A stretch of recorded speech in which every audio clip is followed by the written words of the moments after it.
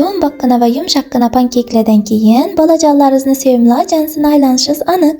Dro'jasiz yarim soatda yumshoqqina bo'lgan ponchiklarni birgalikda tayyorlaymiz. Idishimizga xona haroratidagi qatiqni solib, ustidan soda solib yaxshilab aralashtiramiz. Xuddi shunday ko'pirib chiqishi kerak.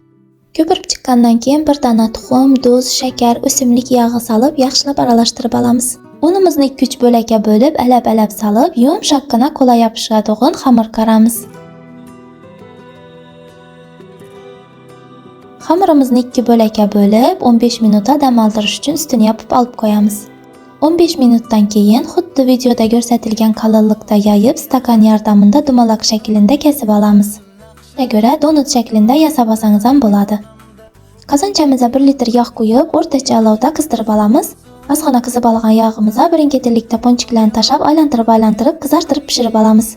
Ponchiklarimizni o'rta olovda pishirib olishimiz kerak bo'ladi. Baland olovda pishirib bermanglar, ichlari yaxshi pishmay qoladi.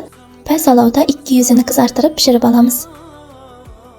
Xohishga ko'ra shokolad aritib, ponchiklarimizni shokoladga botirib olib, ustidan konfetchalarni solib, chiroyli tarzda bezatib olamiz. Do'mboqqina yumshoqqina ponchiklarimiz ham tayyor bo'ldi. Albatta shu retsept asosida bolajonlaringizni tayyorlab berib, retsept uchun mehrli yurakcha qoldirishni va yaqinlaringizga yuborib qo'yishni unutmanglar.